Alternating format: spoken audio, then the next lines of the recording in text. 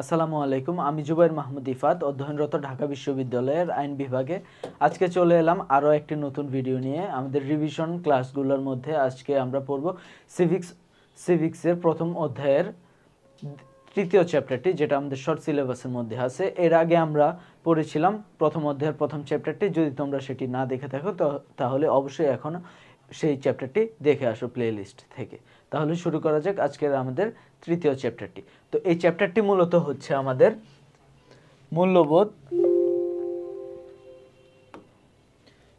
মূল্যবোধ, আইন, স্বাধীনতা এবং সাম্য, এই চারটি বিষয় নিয়ে। তো আমাদের সর্বপ্রথম যে বিষয়টি মাথায় রাখতে হবে তাহলে সেটি হলো এই চারটি বিষয়ের সংজ্ঞা এবং এই চারটি বিষয়ের ডিটেলস একটু ধারণা রাখা, ঠিক আছে? তাহলে আমরা পরবর্তীতে এই অধ্যায় থেকে আমাদের যেসব সৃজনশীল প্রশ্ন আসে সেগুলোর সম্পর্কে আমরা ভালো মতো রপ্ত করতে পারবো, ঠিক আছে? তো এই চারটা জিনিস সম্পর্কে আমরা ভালো মতো ধারণা নেওয়ার পরে তারপরে আমরা চলে যাব আমাদের পরবর্তী সৃজনশীল সলভিংয়ে, ঠিক আছে? তো এই ক্ষেত্রে আমরা প্রথমে আসি আমাদের সৃজনশীল নম 1, ঠিক আছে, যেটা হলো আমাদের ঢাকা বোর্ড 2022 সালে আসা, যেটির মধ্যে আমাদের বলা আছে। আমি পূর্ববর্তী ক্লাসে বলেছিলাম যে তোমার যদি ভালো নাম্বার পেতে চাও তাহলে অবশ্যই তোমার দুইটি বিষয় লক্ষ্য রাখতে হবে। সেটি হলো প্রথমত তুমি ক নাম্বার এবং খ নাম্বার তুমি এই দুইটা বিষয় খুব ভালো মতো পারো কিনা। যদি এই দুইটা বিষয় ভালো মতো পারো তাহলেই তুমি কেবল এই সৃজনশীলটা অ্যান্সার লিখবা, তা না হলে তুমি লিখবা না। কারণ এই দুইটার মাধ্যমে তোমার সৃজনশীল লেখার প্রতি এবং যে তোমার খাতাটা দেখবে তার একটা গুড ইমপ্রেশন চলে আসবে তোমার খাতার উপরে, ঠিক আছে? এবং এইগুলোর মধ্যে কালার পেন ইউজ করার ট্রাই করবে, ঠিক আছে? যেমন ক লিখে আন্ডারলাইন করবা কালার পেন, খ লিখে আন্ডারলাইন করবা কালার পেন দিয়ে, বা কোনো সংজ্ঞা বা কোনো কোটেশন দিলে ওগুলো একটু কালার পেন দিয়ে দিবা, ঠিক আছে? তারপর এইগুলা পারলেই তোমার এই বিষয়গুলো কিন্তু তোমার এগুলোর উপরে একটা গুড ইমপ্রেশন চলে আসবে, ঠিক আছে? তো আমরা দেখি যে আসলে নৈতিকতা কি। নৈতিকতা বলতে এখানে কি বোঝানো হচ্ছে সেটা হলো যে নৈতিকতা বিষয় আমরা কিন্তু এই ক্ষেত্রে আমরা কোনো মুখস্থ না, বা আমি তোমাকে এখানে রিডিংও পড়াতে আসিনি। আমি এই ক্ষেত্রে যেটা বলতে এসেছি সেটা হলো যে তুমি একটা সৃজনশীল কিভাবে লিখবা, একটা সৃজনশীল কিভাবে তুমি অ্যানালাইসিস করবা, বা এই অধ্যায় থেকে তোমার কি কি সৃজনশীল আসতে পারে এবং সেই অনুযায়ী তুমি সৃজনশীলে বা সংজ্ঞা বা কিছু মনে রাখার ক্ষেত্রে কি পয়েন্টসগুলো বা কিভাবে শর্টকাটের মাধ্যমে তুমি এই বিষয়গুলো ভালোভাবে রপ্ত করতে পারবা। তো আমরা যদি দেখি যে এই ক্ষেত্রে আমাদের নৈতিকতা কি, নৈতিকতার ক্ষেত্রে আমাদের বলা হচ্ছে মানুষের কথাবার্তা, আচার আচরণ, নীতি অনুসরণ, ঠিক আছে? আমাদের কিন্তু দেখো এই ক্ষেত্রে দুইটা বিষয়, মানুষের কথাবার্তা এবং আচার আচরণ, ঠিক আছে? এই আচার আচরণের যে বিষয়গুলো এগুলোই হচ্ছে মানুষ যে নীতির অনুসরণ করে। এক্ষেত্রে কিন্তু আমাদের নীতি বলতে ভালো বিষয়টাকে বোঝানো হচ্ছে নীতি, যে নীতির অনুসরণ করে সেটাই হলো আমাদের নৈতিকতা, ঠিক আছে? তো আমরা যদি তারপর দেখি আমাদের খতে বলা হচ্ছে স্বাধীনতা বলতে কি বুঝো। স্বাধীনতা বলতে কি বুঝি আমরা? স্বাধীনতা বলতে আমরা বুঝি যে নিজের ইচ্ছা মতো যে কাজটা করতে পারবো, তবে সেই কাজটা অবশ্যই ভালো হইতে হবে, ঠিক আছে? আমরা নিজের মতো চলাফেরা করতে পারবো, নিজের মতো কথা বলতে পারবো, এই বিষয়গুলোকে আমরা বলি, ঠিক আছে? তো এই ক্ষেত্রে আমরা প্রথমেই আমরা কিন্তু এই ক্ষেত্রেই করবো যে আমরা স্বাধীনতা আসলে কি এই সংজ্ঞাটা আমরা দিব প্রথমে। এটার মাধ্যমে কিন্তু তুমি এখানে 1 মার্কস তুমি সিকিউর করে নিতে পারবা, ঠিক আছে? যখন তুমি এইটা খুব সহজে বা এই সংজ্ঞাটা তুমি দিতে পারো, এবং তারপরে তুমি এটা আলাদা একটা প্যারায় এই অংশটুকু লিখবা, যার মধ্যে তুমি দিবা যে আসলে এর ইংরেজি কি বা এর বাংলা প্রতিশব্দ কি, বা ওগুলার যদি বাংলা প্রতিশব্দ বা ইংরেজি প্রতিশব্দ না থাকে তাহলে ওটা দ্বারা কি বোঝায়, বা স্বাধীনতা আমাদের জীবনে কি কি ক্ষেত্রে কাজে লাগে, বা স্বাধীনতা আমাদের কি কি সুযোগ সুবিধা গ্রহণ করাতে সাহায্য করে, বা আমরা কি কি সুযোগ সুবিধা পেতে পারি, বা কি কি যোগ্যতা লাগে, এই বিষয়টা সম্পর্কে একটা বিশদে একটা 3 থেকে 5 লাইনের একটা ধারণা দিয়ে দিলে তোমার কিন্তু এই ক্ষেত্রেও তুমি আরো 1 মার্কস তুমি পেয়ে যাচ্ছ, ঠিক আছে? এটা কিন্তু তোমার ফলে কিন্তু তোমার 2 মার্কস এই ক্ষেত্রে কিন্তু তুমি পেয়ে যাচ্ছ, ঠিক আছে? তো আমরা যদি আসি আমাদের গ নাম্বারে, তাহলে কিন্তু আমরা দেখতে পাই উদ্দীপকে প্রতিফলিত বিষয়। এই ক্ষেত্রে কিন্তু আমাদের বুঝতে হবে কোন বিষয়টির কথা বলা হচ্ছে। সমাজের একটি বিশেষ উপাদান মানুষকে সচেতন, এই যে একটি বিশেষ উপাদান, কোনটি? মানুষকে সত্তা, ন্যায়পরায়ণতা, সহমর্মিতা, শৃঙ্খলাবোধ ইত্যাদির শিক্ষা দেয়। ওই বিষয়টা কি? ওই বিষয়টা হলো আমাদের সর্বপ্রথম লিখতে হবে। তো আমরা যদি অ্যান্সারে যাই তাহলে কিন্তু আমরা দেখতে পারবো ওই বিষয়টা কি। ওই বিষয়টা কিন্তু তোমার সবার আগে প্রথম সেন্টেন্সে একদম জ্ঞানমূলক আকারে লিখে দিতে হবে, যেটা হলো যে ওই বিষয়টা হলো মূল্যবোধ, ঠিক আছে? যে উদ্দীপকে প্রতিফলিত বিষয়টি হলো মূল্যবোধ। তারপর তোমাকে এই ক্ষেত্রে কি করতে বলছে যে তার প্রকারভেদ, এই যে প্রকারভেদটি উল্লেখ করো, ঠিক আছে? তো এই ক্ষেত্রে আমাদের প্রকারভেদ তারপর উল্লেখ করতে হবে। তার আগে আমাদের যেহেতু এই ক্ষেত্রে 3টা প্যারা, এই ক্ষেত্রে আমরা দ্বিতীয় প্যারাতে কি রাখবো যে মূল্যবোধ আসলে কি, প্রথমে আমরা বললাম যে মূল্যবোধ এই বিষয়টা, তারপর আমরা বলবো যে মূল্যবোধ আসলে কি, মূল্যবোধ সংজ্ঞাটা দিলাম। তারপর আমরা এই ক্ষেত্রে মূল্যবোধের আমরা জানি যে গতে 3 নাম্বার যে প্যারাটা, এই ক্ষেত্রে আমাদের উদ্দীপক রিলেটেড করতে হয়। তো এই ক্ষেত্রে আমরা উদ্দীপক যদি রিলেট করি তাহলে আমরা দেখতে পারতেছি যে উদ্দীপকের যে বিষয়টি সেটির সাথে ন্যায়পরায়ণতা, সহমর্মিতা, শৃঙ্খলাবোধ এই বিষয়গুলো আছে, এগুলো আসলে হলো মূল্যবোধ। এবং মূল্যবোধের তারপর তুমি যেসব প্রকারভেদগুলো আছে, যেমন রাজনৈতিক মূল্যবোধ, ঠিক আছে, এক্ষেত্রে বলা আছে রাজনৈতিক মূল্যবোধ, সামাজিক মূল্যবোধ, ঠিক আছে।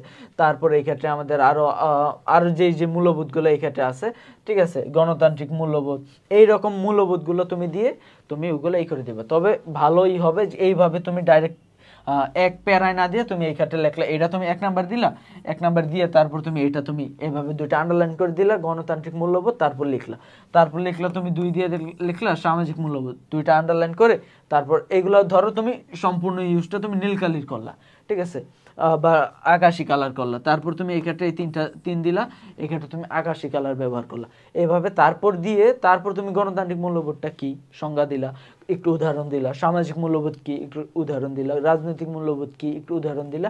এইভাবে কিন্তু তুমি এটা অনেক সুন্দরভাবে এবং প্রিসাইজলি এই অ্যান্সারটি কিন্তু তুমি করতে পারবা, ঠিক আছে। তা না হলে কিন্তু তোমার এই ক্ষেত্রে এই বিষয়গুলো কিন্তু আমাদের কষ্ট হয়ে যাবে নাম্বার তুলতে, কারণ এইসব ক্ষেত্রে যেহেতু এইসব ক্ষেত্রে আমাদের লিখতে হয়, এসব ক্ষেত্রে কিন্তু নাম্বার পাওয়ার সম্ভাবনাটা খুবই কম থাকে। তো এই ক্ষেত্রে যদি আমরা এভাবে প্রিসাইজ করে দিই, দেখো তুমি এই ক্ষেত্রে বলা যে মূল্যবোধ 1 পেলা, তুমি এই ক্ষেত্রে বললা সংজ্ঞা দিলা, এই ক্ষেত্রে তুমি আরো 1 পেলা, ঠিক আছে। এবং তারপর যখন তুমি এইভাবে প্যারা করে দিলা, 3টা 5টা যে কয়টা আছে, ঠিক আছে, মূল্যবোধ আছে, এগুলো যখন তুমি করলা, এটার জন্য অবশ্যই তোমার 1 দেওয়া হবে, ঠিক আছে, অবশ্যই তোমাকে 1 দেওয়া হবে, ঠিক আছে। এই যে যখন তুমি দেখো তোমার কিন্তু এই ক্ষেত্রে 3 মার্কস কিন্তু হয়ে যাচ্ছে, ঠিক আছে। তার মানে কিন্তু তোমার এই ক্ষেত্রে 3 এ 3 কিন্তু তুমি খুব ইজিলি পেয়ে যাচ্ছ। আচ্ছা, আমাদের ঘ নাম্বারে কি বলা হচ্ছে? ঘ নাম্বারে বলা হচ্ছে সামাজিক সুশাসন প্রতিষ্ঠায়। সুশাসন প্রতিষ্ঠায় বর্ণিত বিষয়টি কোনটি? বর্ণিত বিষয়টি হলো মূল্যবোধ। সুশাসন প্রতিষ্ঠায় মূল্যবোধ কি ভাবে কাজ করে, ঠিক আছে। তো আমরা যদি যাই,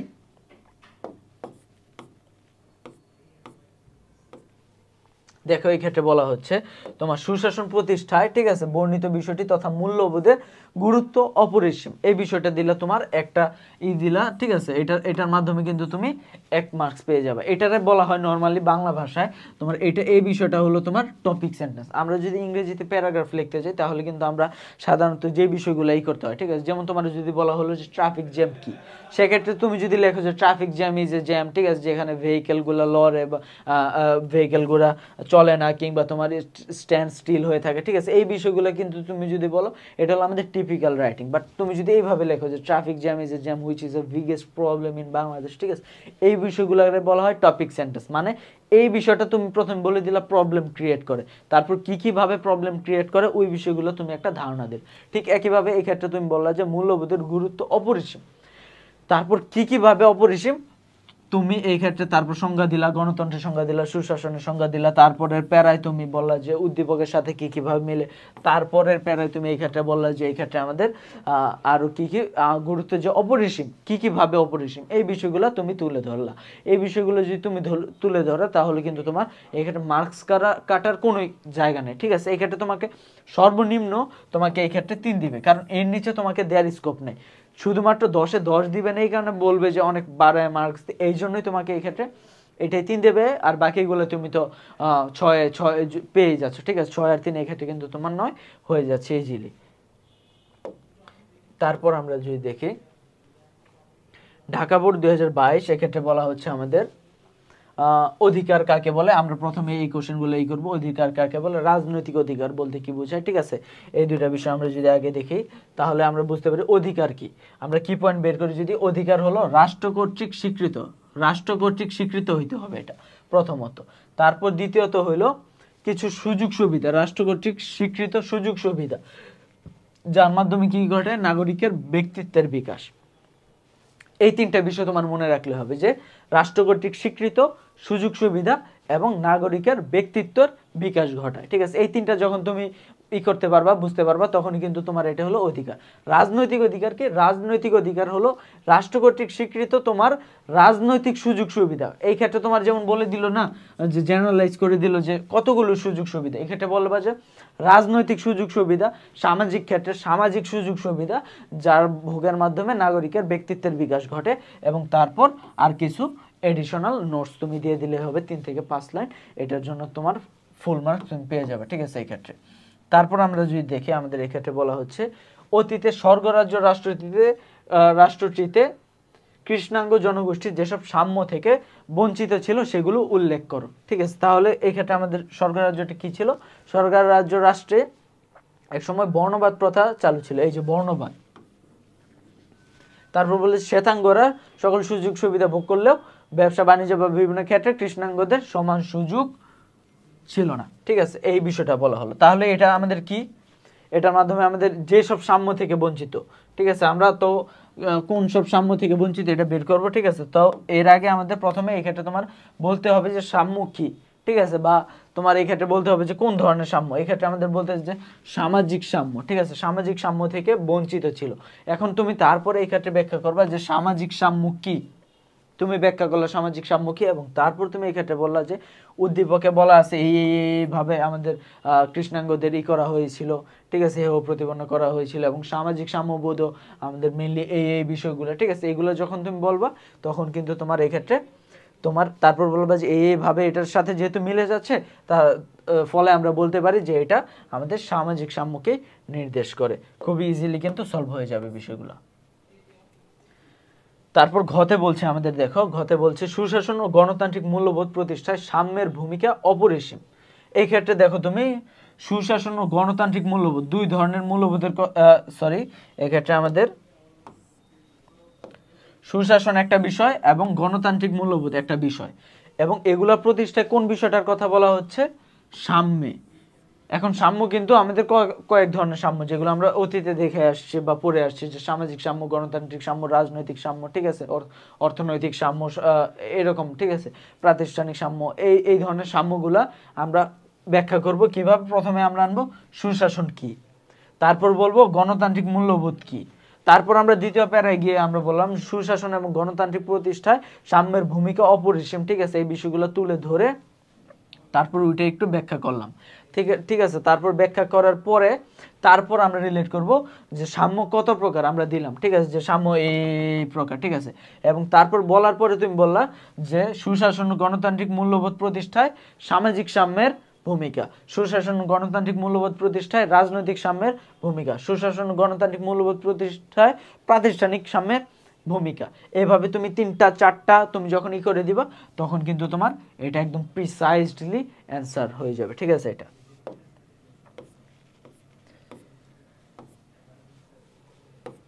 আচ্ছা, তারপর যদি আমরা এই ক্ষেত্রে দেখি রাজশাহী বোর্ড 2022-এ এক্ষেত্রে আমাদের কোশ্চেন ছিল আইন কি, ঠিক আছে, নৈতিকতা বলতে কি বুঝো, ঠিক আছে। এই দুইটা আমরা সবসময় বলি যে তোমরা প্রথমে দেখবে যে এই দুইটার অ্যান্সার কি তোমরা সঠিকভাবে একদম প্রিসাইজলি পারো কিনা। যদি পারো তাহলে তুমি বাকিগুলোর দিকে তাকাবে। তারপর আমরা দেখবো যে উদ্দীপকে উল্লিখিত ক এর আচরণে কিসের ঘাটতি, ঠিক আছে, ক এর আচরণ কি? ক সপরিবার ঢাকা থেকে ট্রেনে আসলো, ঠিক আছে। তারপর কি হলো এক্ষেত্রে? তার পরিবারের সদস্য নিয়ে সিটে বসে গেলেন, গৃহকর্মীকে সিটে বসতে না দিয়ে পুরো পথ দাঁড় করিয়ে রাখলেন, এই যে দাঁড় করিয়ে রাখলো, ঠিক আছে, এটা করলো ক।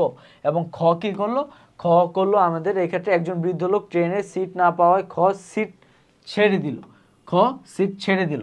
আর ক আমাদের তাদের কাজের লোককে পুরো দাঁড় করিয়ে গেল, ঠিক আছে। তো এই ক্ষেত্রে আমাদের তাদের ইগুলা ব্যাখ্যা করতে হবে।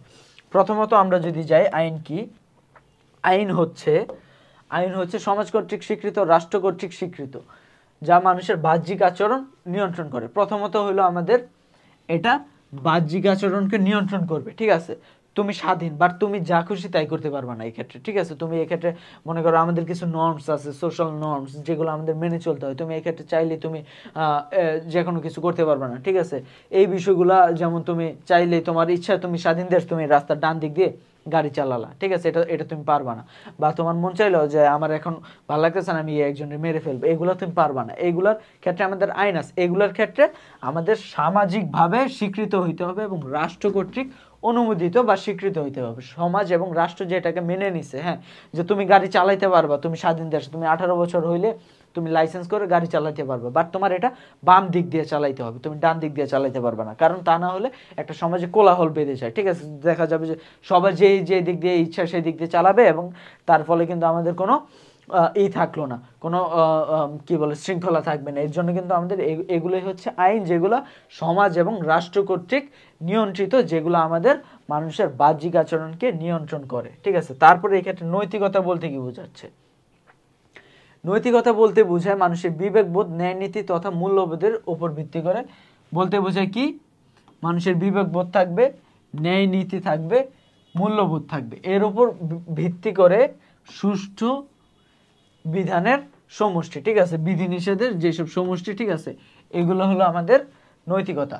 এবং এরপরে তুমি আবার নিচে আরেকটা প্যারা করে দিবা যে এই ক্ষেত্রে নৈতিকতা হলো আরো একটু ডিটেল, যে এটা তো তুমি জাস্ট জিস্ট অংশটা বললে, মূল অংশটা বললে, তারপর এটাকে আর একটু ডিটেলসে তুমি এই ক্ষেত্রে বলে দিলা, ঠিক আছে? হয়ে গেল কিন্তু তোমার এই ক্ষেত্রে নৈতিকতা কি। তারপর দেখো কয়ের আচরণে কিসের ঘাটতি ছিল, এবং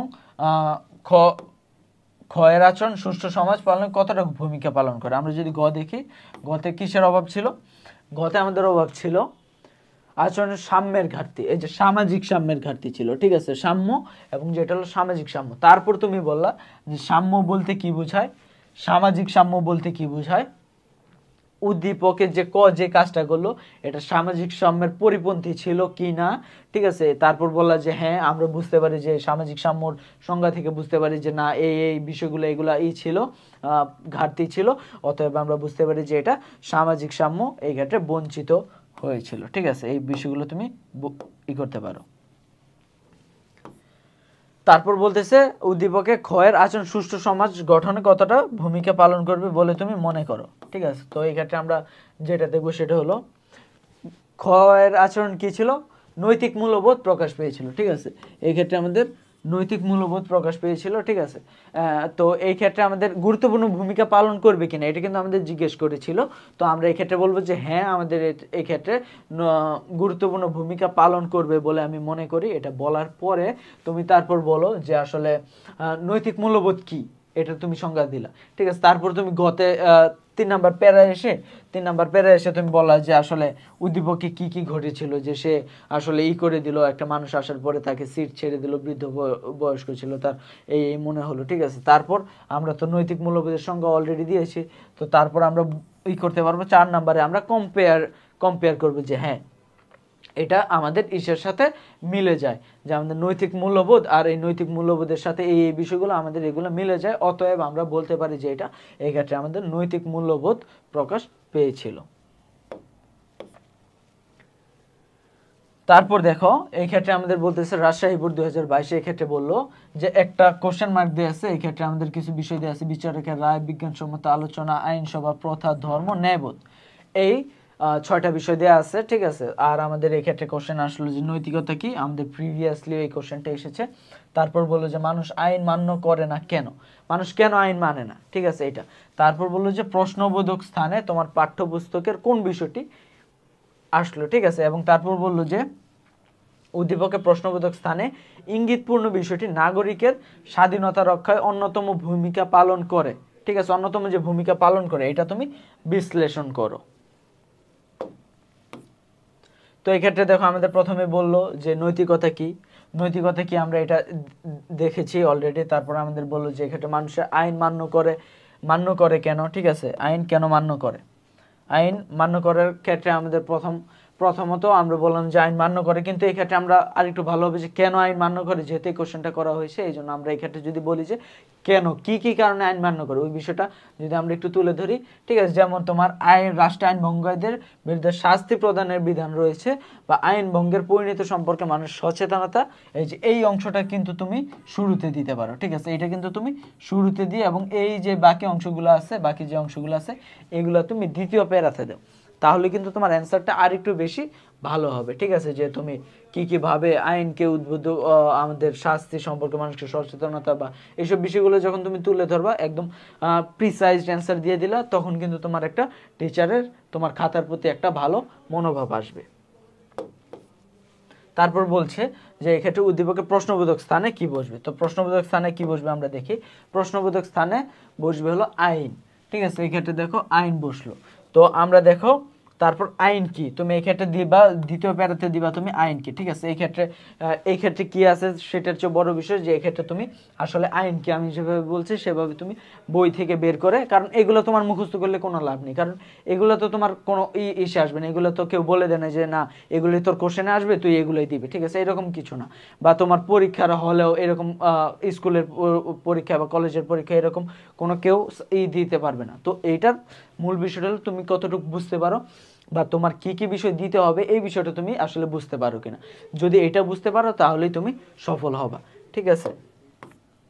তো এই ক্ষেত্রে আমরা দিলাম যে আইন কি, ঠিক আছে। এবং তারপর আমাদের যেহেতু এই ক্ষেত্রে আইনের 6টা বৈশিষ্ট্য কিন্তু আমাদের দেয়া আছে, আইনের এই 6টা বৈশিষ্ট্য দেয়া আছে। এই 6টা বৈশিষ্ট্য আমরা বলি যে কিভাবে এগুলো আইনের সাথে রিলেটেড। এখানে আমরা এই 6টা বিষয় আমরা এখানে তুলে ধরবো 1 2 এভাবে দিয়ে, ঠিক আছে। এভাবে দিয়ে দিয়ে আমরা এগুলো একটু ব্যাখ্যা করে দিব, ঠিক আছে। তারপর আমরা এগুলো যখন ব্যাখ্যা করে দিব, ঠিক আছে, তাহলে আমরা বুঝতে পারি যে এটা আসলে আইনকেই নির্দেশ করছে, ঠিক আছে। এবং এটা যখন বলে দিলা তখন কিন্তু তোমার এটা খুব সহজেই তোমার মার্ক ক্যারি করে ফেলবে। এবং উদ্দীপকের প্রশ্নবোধক স্থানে ইঙ্গিতপূর্ণ বিষয়টি নাগরিক স্বাধীনতা রক্ষার অন্যতম ভূমিকা পালন করে কিনা। আসলে আইন, এই আইন বিষয়টি কি আমাদের নাগরিকদের স্বাধীনতা অন্যতম ভূমিকা পালন করে কিনা স্বাধীনতা রক্ষার জন্য, অবশ্যই করে ভূমিকা পালন করে। এটা তুমি প্রথমেই লিখবা, লেখার পরে তারপর তুমি এক্ষেত্রে আবার দিবা যে আইন কি, ঠিক আছে, বা আইন আমাদের কি কি ভাবে রক্ষা করে এই বিষয়টা দিলা। তারপর তুমি উদ্দীপকের এই দিলা যে এই বৈশিষ্ট্যগুলো দেওয়া আছে, ঠিক আছে। এবং তারপর ওই বৈশিষ্ট্য অনুযায়ী এবং তুমি কিছু আরো বৈশিষ্ট্য তুমি যোগ করতে পারো যে হ্যাঁ আমাদের এইভাবে, ঠিক আছে, আমাদের এই বিষয়গুলো আমাদের করে আমাদের আইন স্বাধীনতায় রক্ষা করে, ঠিক আছে। যেমন এই 6টা বিষয় দেওয়ার পরে আরো তুমি কিছু বিষয় দিলা যেগুলো তোমার বই আছে যে হ্যাঁ এইভাবে আমার এগুলা করে। তারপর দেখো আমাদের বলতেছে যশোর বোর্ড 2022 এটাই বলতেছে যে হল্যান্ডের মতে আইনের উৎস কয়টি, ঠিক আছে। হল্যান্ডের মতে আইনের উৎস 6টি, আইনের উৎস 6টি। তারপর আমাদের বলতেছে স্বাধীনতা বলতে কি বুঝো, এটা আমাদের প্রিভিয়াসলি অলরেডি একটা আমাদের ইস্যু ছিল, কোশ্চেনে ছিল, এই জন্য এটা নিয়ে ডিসকাস করছি না। তারপর আমাদের বলছে যে উদ্দীপকে কোন ধরনের মূল্যবোধের কথা বলা হয়েছে, কোন ধরনের মূল্যবোধ। তার মানে এখানে কিন্তু দেখো কোশ্চেনটা কত সহজ করে দিয়েছে, অলরেডি বলেছে তোমার এক্ষেত্রে একটা মূল্যবোধ আছে এবং সেই মূল্যবোধটা কোন ধরনের মূল্যবোধ। রাষ্ট্রের নাগরিকদের মাধ্যমে দায়িত্বশীলতা, দেশপ্রেম, রাজনৈতিক সহনশীলতা, শৃঙ্খলাবোধ প্রভৃতি বিশেষ কারণে পরিলক্ষিত হয় উক্ত আইনসভার সরকারি দল সৌহার্দ্যপূর্ণ, ঠিক আছে। এই ক্ষেত্রে আমাদের কোনই আসে বলতো, এই ক্ষেত্রে আমাদের আসে গণতান্ত্রিক মূল্যবোধ। যেহেতু এক্ষেত্রে দেখো রাজনৈতিক দলের কথা বলা হয়েছে, ঠিক আছে, এবং রাজনৈতিক একে অপরের প্রতি সম্মানের কথা বলা হয়েছে, তো আমরা বুঝতে পারি এটা গণতান্ত্রিক মূল্যবোধ। প্রথমে তুমি দিবা গণতান্ত্রিক মূল্যবোধ কি, তারপর তুমি ব্যাখ্যা করবা যে গণতান্ত্রিক মূল্যবোধ আসলে কি কি বিষয়কে বোঝায়, যা বা গণতান্ত্রিক মূল্যবোধকে আমরা কি কিভাবে বুঝতে পারি, বা গণতান্ত্রিক মূল্যবোধটা কি, এটা আমাদের কি কিভাবে হেল্প করে যে মানুষের মত প্রকাশের স্বাধীনতা প্রকাশ করে, বা দলে দলে দেশে গণতন্ত্র বজায় থাকে, বা দেশে মানুষের সৌহার্দ্য বা সামাজিকতা বজায় থাকে, দেশপ্রেম বজায় থাকে, ঠিক আছে, দায়িত্বশীলতা থাকে। এই বিষয়গুলো দেওয়ার পরে তারপর তুমি বললা উদ্দীপকে দেয়া আছে, উদ্দীপকে এই বিষয় দেয়া আছে এবং অলরেডি তো তুমি এই বিষয়গুলো ব্যাখ্যা করেই ফেলেছো এই জায়গায়, ঠিক আছে। এবং যখন তুমি আবার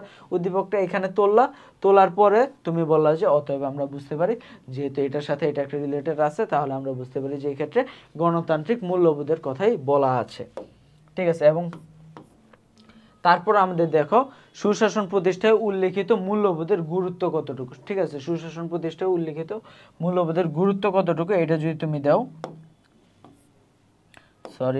এক্ষেত্রে আমাদের দেখো সুশাসন প্রতিষ্ঠা, সুশাসন এবং গণতন্ত্র একে অপরের পরিপূরক, এই বিষয়টা তুমি প্রথমে দিতে পারো, বা তুমি দিতে পারো যে সুশাসন কি, বা তুমি দিতে পারো যে সুশাসন বা গণতান্ত্রিক মূল্যবোধ কি, বা তুমি এইটাও দিতে পারো যে আসলে সুশাসন প্রতিষ্ঠায় গণতন্ত্রের মূল্যবোধ অত্যন্ত গুরুত্বপূর্ণ বা অপরিসীম, এই বিষয়গুলোও কিন্তু তুমি দিতে পারো, ঠিক আছে, তুলে ধরতে পারো। কারণ তারপর কারণ হিসাবে তুমি এই ক্ষেত্রে কিন্তু তুমি এই জায়গা থেকে তুমি একটা প্যারা বের করে নিতে পারো, এই জায়গা থেকে এই পর্যন্ত তুমি একটা প্যারা প্রকাশ করতে পারো। এবং তারপর তুমি কিন্তু, আমি সবসময় বলি যে তুমি 3 নাম্বার প্যারায় এসে তুমি করবা যে আসলে গণতান্ত্রিক মূল্যবোধ বা মানে উদ্দীপকের যে বিষয়টা, ঠিক আছে, এই উদ্দীপকটা তুমি তুলে আনবা।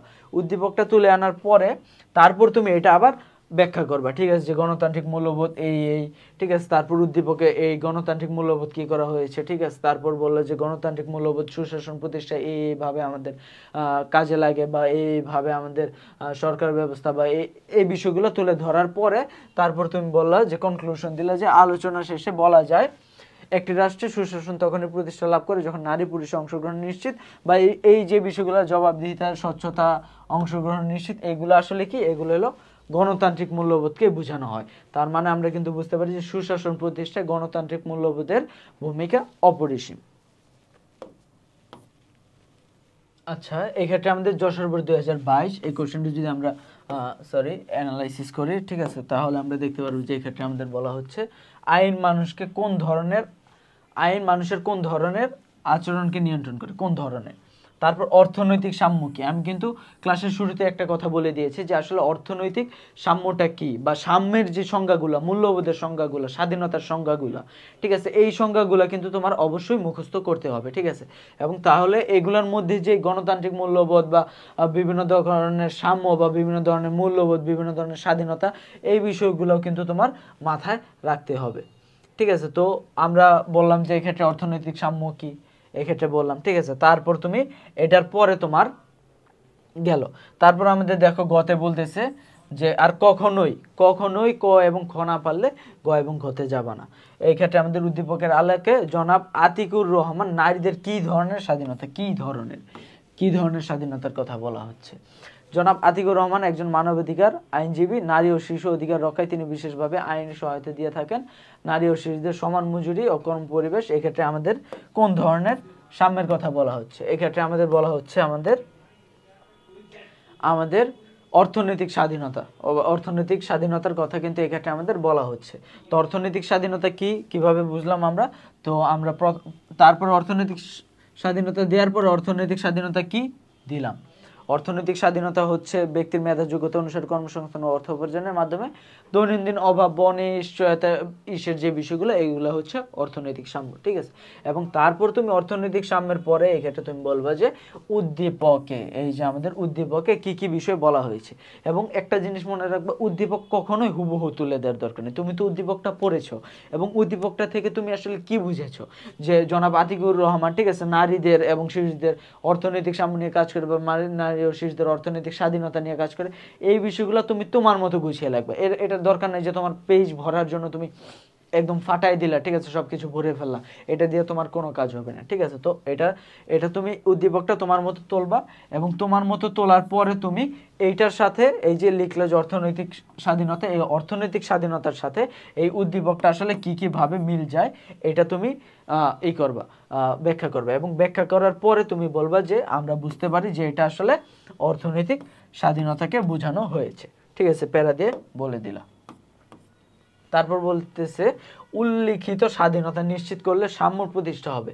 এই অর্থনৈতিক স্বাধীনতা প্রতিষ্ঠা করলে সাম্য প্রতিষ্ঠা হবে, আলোচনা করো, ঠিক আছে। তো এই ক্ষেত্রে কিন্তু তোমার অপশন দেয় না যে তুমি একমত কিনা দিম, তোমাকে এটা দিয়ে দিয়েছে যে এইটা তোমাকে ব্যাখ্যা করতে হবে, ঠিক আছে। তো এটা আমরা যদি ব্যাখ্যা করি, এটা কিভাবে ব্যাখ্যা করতে পারবো, এটা আমরা এইভাবে ব্যাখ্যা করতে পারবো, উল্লিখিত স্বাধীনতা তথা অর্থনৈতিক স্বাধীনতা নিশ্চিত করলে হবে, সাম্য প্রতিষ্ঠা হবে, বক্তব্যটি যথার্থ। এটা বলার পরে আমরা বলবো যে অর্থনৈতিক স্বাধীনতা কি এবং সাম্য কি, এই দুইটা বিষয় আমরা তুলে ধরলাম, ঠিক আছে। এবং তারপর আমরা বললাম যে আসলে আতিকুর রহমান কিভাবে অর্থনৈতিক স্বাধীনতার মাধ্যমে সাম্য প্রতিষ্ঠা করছে, ঠিক আছে। সে তো সাম্য প্রতিষ্ঠা করছে, এখন কিভাবে করছে এটা কিন্তু আমরা এই ক্ষেত্রে, যেহেতু আগে আমরা বলে দিয়েছি যে এই ক্ষেত্রে আমাদের অর্থনৈতিক স্বাধীনতা এবং সাম্য কি, এই ক্ষেত্রে এটা বললাম, এবং এই ক্ষেত্রে আমরা বললাম যে উদ্দীপকে কি বলা আছে। এখন ম্যাথ অনুসারে আমরা কিন্তু এটা একটা বিষয় প্রমাণ করলাম এবং আমরা ফ্যাক্টটা তুলে দিলাম, এবং তারপরে আমরা এটা দিয়ে আসলে প্রমাণ করব যে আসলে কিভাবে যে এই সংজ্ঞাগুলোর সাথে ওনার কাজগুলো মিলে কিনা, ঠিক আছে। যদি মিলে তাহলে অবশ্যই সাম্য প্রতিষ্ঠা হবে, আর যদি না মিলে সাম্য প্রতিষ্ঠা হবে না, এবং অবশ্যই মিলবে, কারণ এই ক্ষেত্রে আমরা জানি যে আতিকুর রহমান জনাব আতিকুর রহমানের যে কাজগুলো অর্থনৈতিক সাম্যের স্বাধীনতার ক্ষেত্রে এবং অর্থনৈতিক স্বাধীনতা এবং সাম্যের সংজ্ঞা অনুসারে এবং বৈশিষ্ট্য অনুসারে আমরা এটা বুঝতে পারি যে এই বিষয়টা নিশ্চিত করলে সাম্য প্রতিষ্ঠা হবে। তারপর দেখো আমাদের এক্ষেত্রে বলতেছে যে ক নামক কলেজের কয়েকজন শিক্ষার্থী কলেজ ছুটির পর বাড়ি ফিরছিল। রাস্তায় তারা দেখলো প্রচন্ড ভিড় এবং একজন লোক জ্বরে অজ্ঞান হয়ে পড়ে আছে। তারা দ্রুত লোকটিকে নিকটস্থ হাসপাতালে নেওয়ার ব্যবস্থা করলো। প্রথমত আমাদের বলা হচ্ছে লিবার্টি শব্দটি কোন শব্দ থেকে এসেছে। গণতান্ত্রিক মূল্যবোধকে, এটা ইতিমধ্যে আমাদের কয়েকবার আলোচনা করা হয়ে গেছে, ঠিক আছে। তারপর আমাদের বলতেছে উদ্দীপকে বর্ণিত শিক্ষার্থীর মধ্যে কোন গুণাবলী এবং তারপর সুনাগরিক সৃষ্টিতে উক্ত বিষয়, যে সুনাগরিক সৃষ্টিতে এই বিষয়টির আসলে কি। তো তোমার এই ক্ষেত্রে এই সৃজনশীলটা অ্যান্সার করার প্রথমেই তোমার এই ক্ষেত্রে বুঝতে হবে যে লিবার্টির এটা পারো কিনা। গণতান্ত্রিক মূল্যবোধের সংজ্ঞাটা তুমি অ্যাটলিস্ট জানো কিনা। যদি সংজ্ঞা জানো তাহলে কিন্তু তুমি বুঝতে পারবা যে এটা তুমি পারবা, বৈশিষ্ট্যগুলো তুমি লিখে দিতে পারবা। এবং তারপর তুমি বললা যে শিক্ষার্থীর মাঝে কোন গুণাবলীর প্রতিফলন ঘটেছে। এই ক্ষেত্রে কোন গুণটির কথা বলা হয়েছে, এটা কি তুমি পারো কিনা। যদি পারো তাহলেই তুমি দেখবা যে এই ক্ষেত্রে এইটাও তুমি পারতেছো। তার মানে কিন্তু একটার সাথে আরেকটা বিষয় রিলেটেড। যখন তুমি একটা বিষয়ের সাথে আরেকটা বিষয় তুমি রিলেট করতে পারতেছো তখন কিন্তু তুমি বুঝতে পারবা, এই চারটা বিষয় তুমি ধারণার পরে তুমি বুঝতে পারবা যে এই সৃজনশীলটা তুমি দিতে পারবা কিনা পারবা না। তো আমরা জানি যে এগুলো যেহেতু আমরা পড়ে আসছি এগুলো আমরা অবশ্যই পারবো, ঠিক আছে। তো আমরা এই ক্ষেত্রে দেখি যে আমাদের লিবার্টি আসছে ল্যাটিন লিবার শব্দ থেকে, ঠিক আছে, লিভার শব্দ থেকে। এবং এই ক্ষেত্রে আমরা অনেক জানেওয়ালা লোক অনেক বলা যায় পাকনামি করে, যেটা হলো যে লিভার শব্দটি লিবার্টি শব্দটি ল্যাটিন লিভার থেকে এসেছে, লিভার অর্থ এই, লিবার্টি অর্থ এই। দরকার নাই তো এসবের তোমার চেয়েছে তোমার গুগলে লিখলেও তোমার 2 দিবে না। তুমি গুগলে লিখে তুমি 30 সেকেন্ড নষ্ট করলা, 30 সেকেন্ডই তোমার আরেকটা বড় প্রশ্ন তুমি আরেকটু বাড়িয়ে লিখতে পারতা। কিন্তু এই ক্ষেত্রে তুমি কি করলা, এই ক্ষেত্রে তুমি পাকনামি করে ওই আরেকটা লাইন 2টা লাইন তুমি বাড়িয়ে দিলা এবং আলটিমেটলি কিন্তু তোমার নাম্বারের কোনো ডিফারেন্স তো এই ক্ষেত্রে হবেই না, বরং তোমার বাকি যে কোশ্চেনগুলো আছে ওগুলোর ক্ষেত্রে তোমার নাম্বার কমে যাবে, ঠিক আছে। তো এই ক্ষেত্রে তারপর আমাদের কোশ্চেন কি ছিল, কোশ্চেন ছিল গণতান্ত্রিক মূল্যবোধ। এটা যেহেতু আমরা প্রিভিয়াসলি পড়েছি এই জন্য এটার আর দরকার নেই। তারপর আমাদের বলতেছে কোন গুণাবলী, এই গুণাবলীটা আমরা আসলে দেখি গুণাবলীটা চিনি কিনা। গুণাবলীটা ছিল নৈতিক মূল্যবোধ, ঠিক আছে। এই ক্ষেত্রে আমরা কিন্তু দেখতে পারি যে নৈতিক মূল্যবোধ, আমরা তো এটা উদ্দীপক পরে বুঝতে পেরেছি যে এটা আসলে আমাদের নৈতিক মূল্যবোধ। তো আমাদের আসলে নৈতিক মূল্যবোধটা কি, নৈতিক মূল্যবোধের বৈশিষ্ট্য, নৈতিক মূল্যবোধ আমাদের ক্ষেত্রে কি কি কাজ করে বা স্টুডেন্টদের গঠনে আমাদের কি কি কাজ করে, ঠিক আছে। এই বিষয়গুলো তুমি কিন্তু তুলে ধরলে এইটুকুর মধ্যে 3 লাইন 4 লাইন তুমি দিলেই কিন্তু এটা হয়ে গেল। এবং তারপর তুমি এই ক্ষেত্রে উদ্দীপকের বিষয়টা ধরলা। উদ্দীপকের বিষয়টা তুমি ধরার পরে এই ক্ষেত্রে কি কি বিষয় আমাদের কাজ করে এই বিষয়গুলো কিন্তু তুমি করলা, ব্যাখ্যা করলে। এবং ব্যাখ্যা করার পরে তুমি জাস্ট ছোট করে লিখে দেবে, যেহেতু এটার সাথে আমাদের উদ্দীপকের সাথে এই নৈতিক মূল্যবোধের মিলে যায়, অথবা আমরা বলতে পারি যে উদ্দীপকে বর্ণিত শিক্ষার্থীদের মাঝে নৈতিক মূল্যবোধ গুণাবলীটির প্রতিফলন ঘটেছে, ঠিক আছে, এটা আমরা বলে দিতে পারি। এক্ষেত্রে বলছে সুনাগরিক সৃষ্টিতে উক্ত বিষয়টি, তো আমরা উক্ত বিষয়টি কি, নৈতিক মূল্যবোধ, ঠিক আছে। তো আমরা এই ক্ষেত্রে যেটা অ্যান্সার করবো সবার শুরুতে আমরা বলবো যে সুনাগরিক সৃষ্টিতে নৈতিক মূল্যবোধ ভূমিকাকে আমি মূল্যায়ন করি বা এই ক্ষেত্রে আমি একমত, ঠিক আছে। এই ক্ষেত্রে তোমার মূল্যায়ন করতে বলা হয়েছে, তো তুমি এটা বলবে যে আমি এই ক্ষেত্রে একমত। এটা দেওয়ার পরে তারপর তুমি দিবা যে আসলে নৈতিক মূল্যবোধ কি, ঠিক আছে, নৈতিক মূল্যবোধ কি। তারপর তুমি দিলে সুনাগরিকতা কি, সুনাগরিকতা, এই বিষয়গুলো দেওয়ার পরে তারপর তুমি এই ক্ষেত্রে কিন্তু এই কাজগুলো তুমি তারপর নৈতিক মূল্যবোধ কি এই বিষয়টা তুলে ধরবা। তারপর আমাদের সুনাগরিক কি বা সুনাগরিকের বৈশিষ্ট্য কি বা নৈতিক মূল্যবোধ সৃষ্টিতে এগুলা কি কি কাজ করে এই বিষয়গুলো তুমি তুলে ধরলা। তুলে ধরার পরে উদ্দীপকটা তুমি তুলে ধরলা। উদ্দীপকটা তুলে ধরার পরে তুমি তারপর এসে কনক্লুশন দিলা। কনক্লুশনে এসে বললা যে তোমার এই ক্ষেত্রে, ঠিক আছে, এইভাবে আমাদের সুনাগরিক সৃষ্টিতে নৈতিক মূল্যবোধ এইভাবে কাজ করে, ঠিক আছে। অতএব, ঠিক আছে, আমি এই উপরোক্ত বিষয়ের সাথে একমত, ঠিক আছে, এইভাবে তুমি শেষ করে দিবা।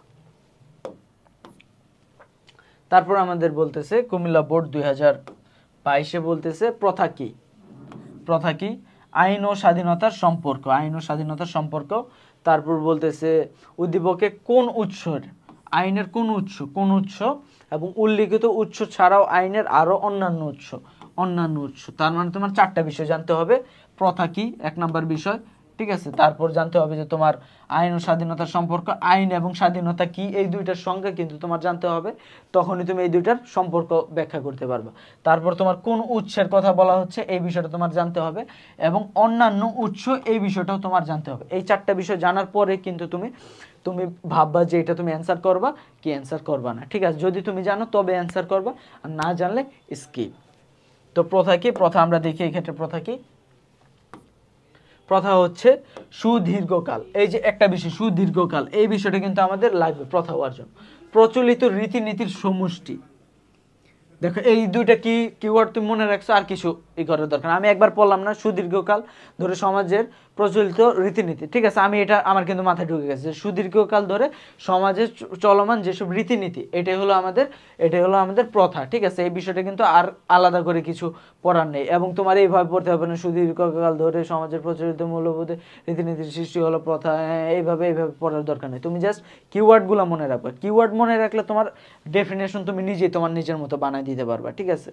এটা তো কোনো এরকম না যে কোরআনের আয়াত যে এটা তোমার যেভাবে আছে এইভাবে লিখতে হবে, যে জবর পেজ দিয়ে, এরকম কিছু না। তুমি জাস্ট এটা তোমার মতো করে তুমি ডেফিনেশনটা দিবা, জিস্ট বা কি পয়েন্টসগুলো তোমার ঠিক থাকলেই হবে।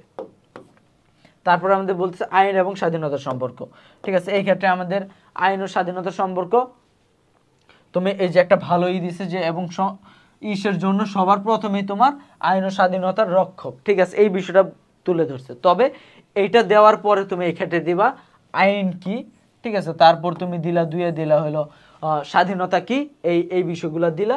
তারপর দেওয়ার পরে তুমি বললা যে এই সম্পর্ক, যেহেতু আমরা দেখতে পাচ্ছি যে তাদের সংজ্ঞার মধ্যে এই বিষয়গুলো আছে, ঠিক আছে, তো আমরা বলতে পারি যে তাদের মধ্যে এই সম্পর্কগুলো আছে বিরাজমান, ঠিক আছে, এইভাবে তুমি বলতে পারো। তারপর উদ্দীপক কোন উৎস এটা আমাদের প্রথমে জানতে হবে।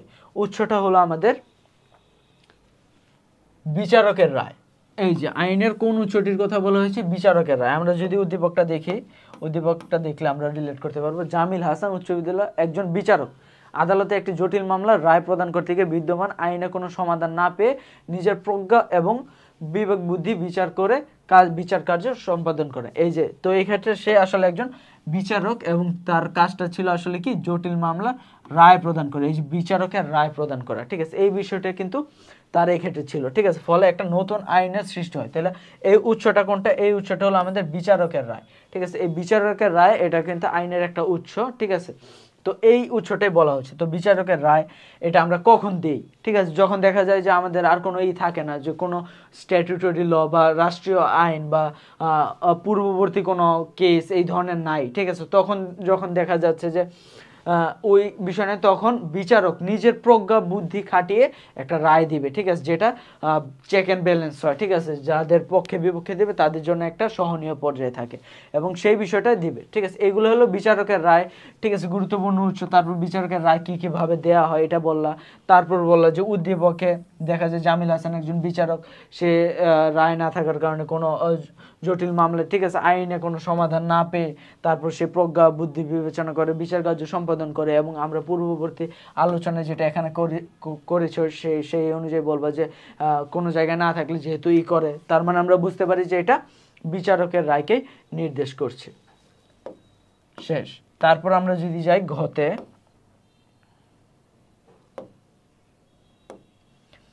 বলা হচ্ছে উল্লিখিত উৎস ছাড়াও। এই উৎস ছাড়াও কি আরো কোনো অন্যান্য উৎস আছে কিনা? অবশ্যই অন্যান্য উৎস আছে। সেগুলো কি? অন্যান্য উৎসগুলো যদি আমরা দেখি, অন্যান্য উৎস হচ্ছে আমরা বিচারকের রায় বাদে অন্যান্য উৎস আছে, ঠিক আছে, বললা, ঠিক আছে। এই ক্ষেত্রে তুমি ডিরেক্ট এইভাবে না বলে, অন্যান্য উৎস আছে না বলে তুমি এই বিষয়গুলো তুলে ধরলা, যে প্রথা, ধর্ম, বিচারকের রায়, আইনবিদের গ্রন্থ, ন্যায়বোধ, ঠিক আছে, আইনসভা, এই বিষয়গুলো কিন্তু আমাদের আছে, ঠিক আছে। তো তুমি এইভাবে কিন্তু এটা বলতে পারো যে এই বিষয়গুলো আছে, একদম প্রথমে তুলে ধরলা, বা এখানে যেভাবে আছে সেইভাবে তুমি তুলে ধরলা। এই বিষয়গুলো তুলে ধরার পরে তারপর তুমি বললা, দ্বিতীয়তে এসে বললা যে এই যে 6টা আরো যে উৎস আছে, ঠিক আছে, এই 6টা উৎস তুমি তুলে ধরলা, এবং তারপর তুমি উদ্দীপককে বললা যে আসলে জামিল সাহেব ঠিক আছে এইভাবে দিল বিচারের কার্য সম্পাদন করলো, তার মানে এই ক্ষেত্রে সে আসলে আমাদের করলো বিচারকের রায় এই উৎসটির করলো প্রকাশ ঘটালো। এবং এটা ছাড়াও কিন্তু আমাদের আরো 5টা উৎস আছে আইনের, এবং সেগুলা দিয়ে তুমি এভাবে 1 দিলা 2 দিলা ঠিক আছে 3 4 তারপর 5 এইভাবে তুমি এই উৎসগুলা দিয়ে তুমি ওগুলা ব্যাখ্যা করে দিলা ঠিক আছে টোটাল এগুলা, আর কিছু দরকার নেই তোমার। এই ক্ষেত্রে তুমি এই বিষয়গুলো যেভাবে বললাম এইভাবে দিলে তুমি এটা 4-এর মধ্যে 4 দিতে বাধ্য, আর না হলেও অ্যাটলিস্ট তোমাকে 3 তো দিবে এটার মধ্যে 4-এ। তারপর দেখো এই ক্ষেত্রে আমাদের বলা হচ্ছে, দেখো চট্টগ্রাম বোর্ড চট্টগ্রাম বোর্ড 2022 এক্ষেত্রে বলা হচ্ছে আমাদের প্রথমে প্রথা কি এটা আমরা পড়ে এসেছি, আইন কেন মান্য করা হয় এটাও আমরা পড়ে এসেছি, এই দুইটা দেখার দরকার নেই ঠিক আছে। তারপর আমরা দেখব মকবুলের কর্মকাণ্ড কোন ধরনের মূল্যবোধ, এটা আমরা আগে কিন্তু এই ধরনের একটা কোশ্চেন ছিল যে মূল্যবোধ কোন ধরনের মূল্যবোধ। তো আমরা যদি দেখি মকবুল হোসেন কলেজে পড়ে তবে সহপাঠী থেকে এটা আমরা পড়লাম ঠিক আছে। পড়ার পরে আসলে এখানে কোন ধরনের মূল্যবোধ আসে এবং পারস্পরিক সহমর্মিতা প্রকাশে উক্ত মূল্যবোধের ভূমিকা। প্রথমত আমরা এই ক্ষেত্রে মূল্যবোধটা নির্ণয় করতে হবে, ওইটার সংজ্ঞা টঙ্গা দিয়ে উদ্দীপকের সাথে মিলিয়ে গতে লিখতে হবে, এবং ঘতে আমাদের লিখতে হবে এসে যে পারস্পরিক সহমর্মিতা প্রকাশে উক্ত মূল্যবোধের ভূমিকা। তো আমরা যদি যাই সেই অনুযায়ী তাহলে আমরা দেখতে পারবো যে মকবুলের কর্মকাণ্ডে আসলে আমাদের এক্ষেত্রে নৈতিক মূল্যবোধ ঠিক আছে। নৈতিক মূল্যবোধ যেহেতু এই ক্ষেত্রে আমরা এটা প্রিভিয়াসলি আমরা পড়ে এসেছি যে নৈতিক মূল্যবোধ আমরা কিভাবে লিখব, তো এটা দেখার প্রয়োজন নেই। এবং আমরা এরপরে কিন্তু আমরা দেখছি যে পারস্পরিক সহমর্মিতা, আমরা কিন্তু এর আগে দেখেছিলাম যে সুনাগরিক সৃষ্টিতে এই নৈতিক মূল্যবোধ কিভাবে কাজ করে, বা এই ক্ষেত্রে আমরা কিন্তু একই ধরনের কোশ্চেন দেখতে পাচ্ছি যে পারস্পরিক সহমর্মিতা প্রকাশ। আমি যেই ধরনের সিকোয়েন্স বলে দিয়েছি সেই অনুসারে যদি তুমি লেখো তাহলে কিন্তু তোমার এই ক্ষেত্রে এটা হয়ে যাচ্ছে ঠিক আছে। প্রিভিয়াসলি এটা আমরা সলভ করে ফেলেছি। তো আমরা তারপর যদি আসি আমাদের পরের এসে তাহলে আমরা এই ক্ষেত্রে দেখতে পারি যে মূল্যবোধ কি, এটা কিন্তু আমরা অলরেডি পড়ে এসেছি মূল্যবোধ কি। অর্থনৈতিক সাম্য কি, অর্থনৈতিক সাম্যের এই বিষয়টা কিন্তু আমরা পড়ে এসেছি অর্থনৈতিক মূল্যবোধ কি। তারপর উদ্দীপকে আইনের কোন উৎস, এই যে আইনের কোন উৎস এই ধরনের কোশ্চেন কিন্তু আমাদের খুবই ইম্পর্টেন্ট। এটা হলো তোমার ট্রিপল স্টার কোশ্চেন ঠিক আছে। এটা হলো যে আমাদের কি ধরনের কোন উৎসের কথা বলা হয়েছে ঠিক আছে, এবং উক্ত উদ্দীপকে ক রাষ্ট্রে আইনের শাসন প্রতিষ্ঠিত রয়েছে এ ব্যাপারে তোমার মতামত। আচ্ছা, তো আমরা প্রথমে দেখি কোন উৎসের কথা বলা হয়েছে। উদ্দীপক অনুসারে উদ্দীপকে আইনের উৎস হিসেবে প্রথার ইঙ্গিত করা হয়েছে। আসলে কি প্রথার ইঙ্গিত করা হয়েছে? প্রাচীন একটি গণতান্ত্রিক রাষ্ট্র প্রাচীন গণতান্ত্রিক রাষ্ট্র উক্ত রাষ্ট্রের নাগরিকগণ মৌলিক অধিকার এবং মানবাধিকার সমূহ ভোগ করে থাকেন। পররাষ্ট্র গ্রেফতারি পর অনুসারে কাউকে গ্রেফতার করা যায় না, বিনা বিচারে আটক রাখা যায় না।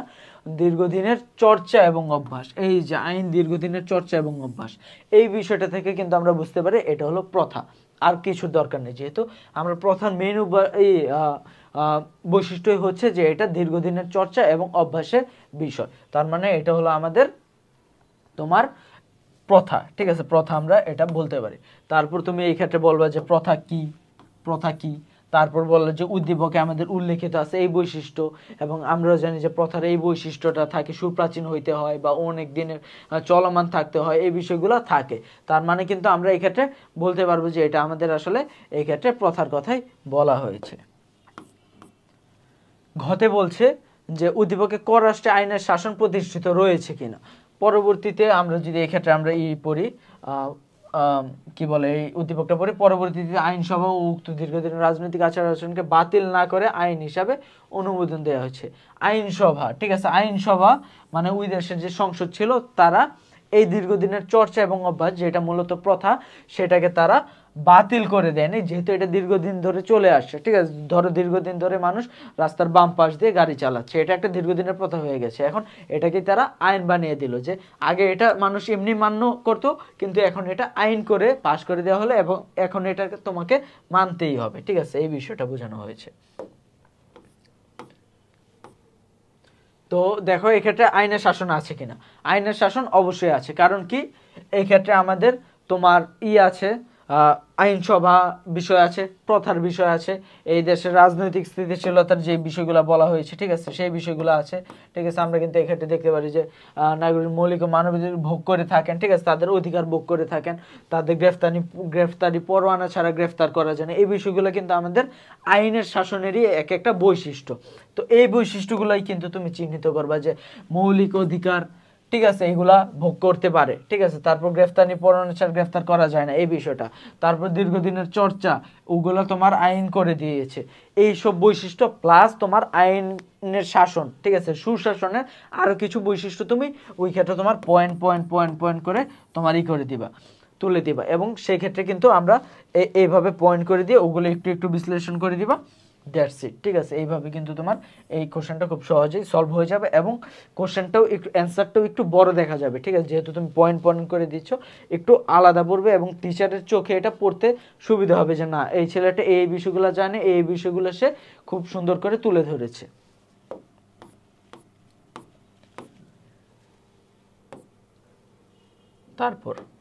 তারপর দেখো এক্ষেত্রে বলা হচ্ছে ল শব্দটির উদ্ভব ঘটেছে কোন শব্দ থেকে। এইটার শুধুমাত্র যেই শব্দ থেকে উদ্ভব ঘটেছে সেই শব্দটি আমরা দেব, ঠিক আছে। যেমন এই ক্ষেত্রে টিউটনিক শব্দ থেকে, টিউটনিক শব্দ লেখ থেকে উল্লেখ, এটার উদ্ভব ঘটেছে, এর বেশি আর কিছুই দেওয়ার প্রয়োজন নেই। তো আমাদের খতে কি ছিল, খতে ছিল মৌলিক অধিকার কাকে বলে। এই যে মৌলিক অধিকার কাকে বলে, ঠিক আছে, এই বিষয়টা আমরা যদি দেখি, মৌলিক অধিকার কাকে বলে, নাগরিকের ব্যক্তিত্ব এবং জীবনের বিকাশের জন্য কতগুলো সুযোগ সুবিধা যা সংবিধানে উল্লেখ আছে সরকার কর্তৃক অলঙ্ঘনীয় তাকে মৌলিক অধিকার বলে। আমাদের এক্ষেত্রে যে বিষয়গুলো মনে রাখতে হবে, ব্যক্তিত্ব এবং জীবনকে বিকাশ করে, ঠিক আছে, জীবনকে বিকাশ করে সুযোগ সুবিধা যা সংবিধানে উল্লেখ আছে এবং সরকার কর্তৃক অলঙ্ঘনীয়, মানে সরকারও এটা তোমার অলঙ্ঘন করতে পারবে না, ঠিক আছে। যেমন আমাদের সংবিধানের 3য় পার্টে যে বিষয়গুলো আছে, যেমন তোমার right two religion, right to life, যে তোমার বেঁচে থাকার অধিকার, কিংবা তোমার ঈশ্বরের অধিকার, ধর্ম পালনের অধিকার, তোমার সমাবেশ সংগঠন করার অধিকার, এই বিষয়গুলো হলো যেগুলো তোমার সরকারও চাইলে ভঙ্গ করতে পারবে না, এগুলাকেই বলা হচ্ছে তোমার মৌলিক অধিকার, ঠিক আছে, এই বিষয়টা। তারপর তুমি এই ক্ষেত্রে আরো কিছু ডিটেলস, যে ক্ষেত্রে তুমি যেগুলো করছো যে মৌলিক অধিকার কি কি কারণে অপরিহার্য বা আমাদের কি কি সুবিধা পেয়ে থাকে, এই বিষয়গুলো কিন্তু তুমি তুলে ধরবা, ঠিক আছে। তারপর আমাদের দেখো এই ক্ষেত্রে গতে কি বলছে, উদ্দীপকে বর্ণিত মিজানুর রহমানের সকল কাজে ভোট প্রার্থনায় কোন ধরনের সাম্যের মিল রয়েছে। সাম্যের কথা বলা হয়েছে, গাহি সাম্যের গান, ঠিক আছে। এই ক্ষেত্রে সাম্যের কথা বলা হয়েছে। জনাব মিজানুর রহমান একটি রাজনৈতিক দলের নেতা, তিনি জাতীয় নির্বাচনে, এই ক্ষেত্রে আমাদের কোন সাম্য আসে বলতো, এই ক্ষেত্রে আমাদের রাজনৈতিক সাম্য আসে, ঠিক আছে। তো এই ক্ষেত্রে পাঠ্য বইয়ের আলোকে ব্যাখ্যা করে রাজনৈতিক সাম্য কি, ঠিক আছে।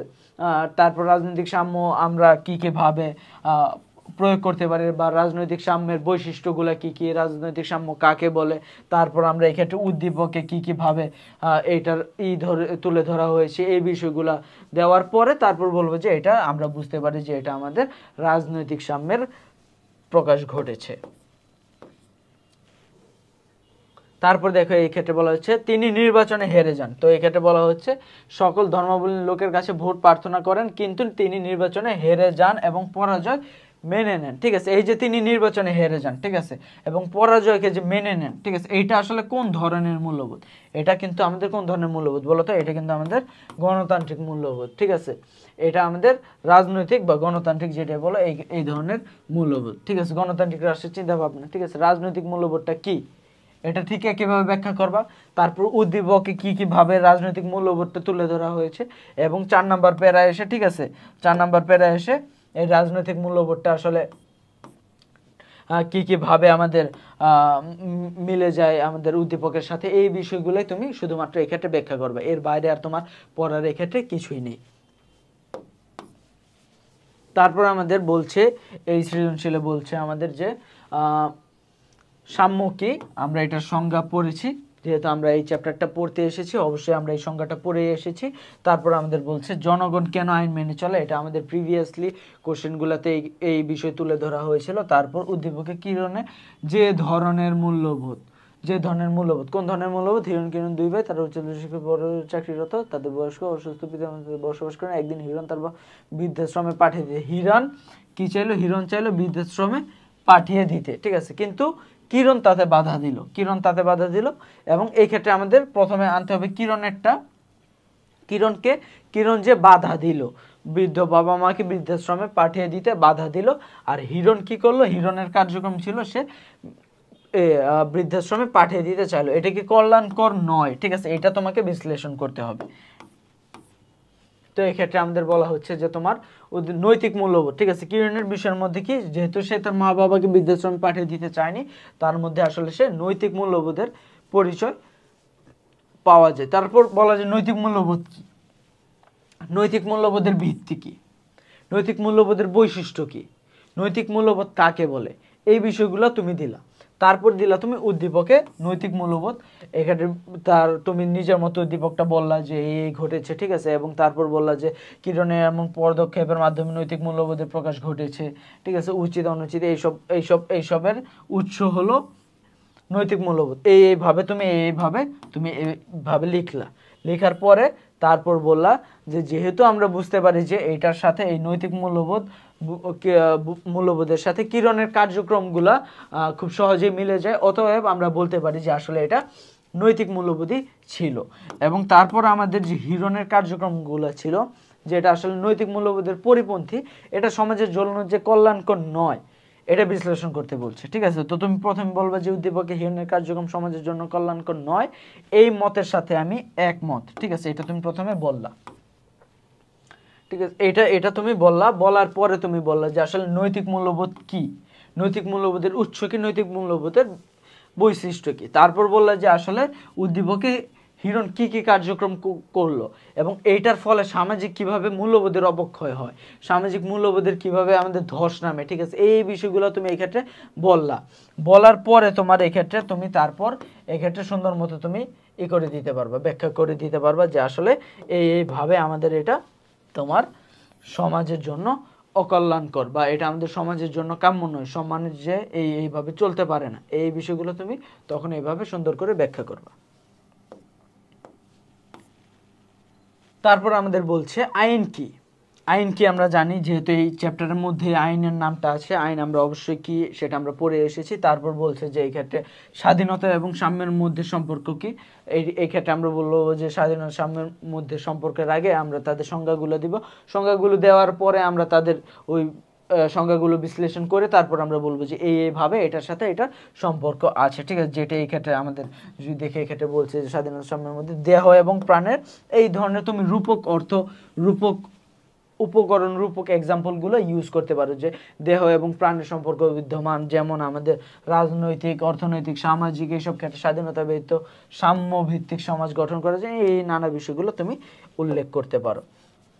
তারপর বলতেছে রোজিনা কি ধরনের সাম্য থেকে বঞ্চিত, রোজিনা কি ধরনের কাজ শেষে মালিক রোজিনাকে সিফাতের অর্ধেক, মানে ছেলের তুলনায় মেয়েকে অর্ধেক বেতন প্রদান করা হয়, এটা কি ধরনের, এটা হলো আমাদের যেহেতু টাকা কম দেয়, তার মানে এটা হলো আমাদের অর্থনৈতিক সাম্য, ঠিক আছে। তারপর আমরা যেটা এতক্ষণ বলে আসছি যে তার সংজ্ঞা দিবা, তার বৈশিষ্ট্য দিবা এবং উদ্দীপকের সাথে মিল কিভাবে আছে সেই বিষয়গুলো দিবা।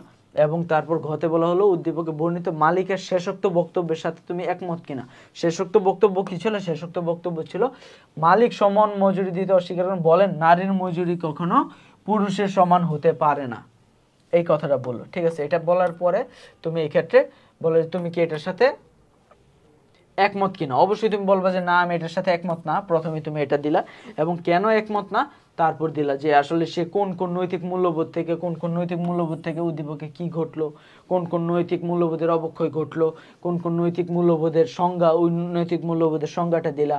তারপর ওই নৈতিক মূল্যবোধের মূল কথাটা কি, ওই নৈতিক মূল্যবোধটা কি চায়, এবং তারপর তুমি বললা যেহেতু এই ক্ষেত্রে আমাদের বোঝা যাচ্ছে যে তোমার এই বিষয়গুলো ঘটেছে, ঠিক আছে, নারী পুরুষ যেই হোক কাজ তো কাজই ভাই, কাজ তো তুমি করলেও কাজ, আমি করলেও কাজ, তুমি 1 কেজি পাথর টেনেছো, আমিও 1 কেজি পাথর টেনেছি, ঠিক আছে, তো এর মধ্যে ভেদাভেদ কি আছে, এমন তো না যে আমি নারী বলে আমি আধা কেজি পাথর টেনেছি আর তুমি পুরুষ বলে তুমি 1 কেজি পাথর টেনেছো। এই জন্য কাজের ভিত্তিতে তুমি টাকা প্রদান করো, তুমি কাজ ভালো করেছো তুমি টাকা বেশি প্রদান করো, আর যদি দুইজন সমান সমান কাজ করে অবশ্যই তোমাকে সাম্য প্রতিষ্ঠা করতে হবে, অর্থনৈতিক সাম্য তোমাকে প্রতিষ্ঠা করতে হবে, তোমাকে এই ক্ষেত্রে তুমি কখনোই ভেদাভেদ করতে পারবা না, তার মানে তুমি এই মন্তব্যের সাথে একমত না। এটাই বুঝাইতে হবে তোমাকে শেষমেশ। এবং তারপর আমরা শেষ যদি দেখি এখানে নাম্বারিং এ ভুল আছে, এটা হবে আমাদের 15 নাম্বার, ঠিক আছে। এই ক্ষেত্রে আমাদের যেটা বলা হচ্ছে যে এই ক্ষেত্রে তথ্য অধিকার আইন কি, তারপর বিচার বিভাগের স্বাধীনতা কেন প্রয়োজন, তারপর এই দুটো যদি আমরা দেখি তথ্য অধিকার আইন কি। তথ্য অধিকার আইন হলো 2009 সালের 5ই এপ্রিল তথ্য অধিকার বিষয়ক যে আইনটি পাশ করা হয় সেটাই তথ্য অধিকার আইন। মানে 2009 সালের 5ই এপ্রিল তথ্য অধিকার বিষয়ক যে আইনটি পাশ করা হয় সেটা কি তথ্য অধিকার আইন, সহজ। তারপর বিচার বিভাগের স্বাধীনতা কেন প্রয়োজন, বিচার বিভাগের স্বাধীনতা প্রয়োজন এই কারণ হলো তারা যাতে বিচারকরা কোনো ধরনের চাপ সহ্য না করে, তাদের কোনো ধরনের চাপ না থাকে, তারা যাতে স্বাধীনভাবে ন্যায় বিচারটা করতে পারে, মানুষ সুষ্ঠু বিচার পায়, ন্যায় বিচার পায়। এই জন্য কিন্তু আমাদের এই বিষয়গুলো প্রয়োজন, এটাই তুমি একটু ডিটেলসে বলে দিবা। তারপর আমাদের বলতে সাম্য থেকে কোন ধরনের সাম্য, তো আমরা যদি এটা পড়ি তাহলে আমরা দেখতে পারি কৃষ্ণাঙ্গ, এই যে আমরা কিন্তু একদম শুরুতে কিন্তু এইটা ছিল যে শ্বেতাঙ্গ এবং কৃষ্ণাঙ্গদের মধ্যে যে এইটা ছিল এই সামাজিক সাম্য, ঠিক আছে। এবং এইটা কি উদ্দীপকে উল্লেখিত নেতৃত্বের ভূমিকা সামাজিক পরিবর্তন আনয়ন করে, ঠিক আছে। এই বিষয়গুলো তুমি এই জন্য শীর্ষ নেতৃত্বকে কারণে বর্ণন করা হয়েছে, মেইনলি আর কি আমাদের নেলসন ম্যান্ডেলার কথা বলা হয়েছে, ঠিক আছে।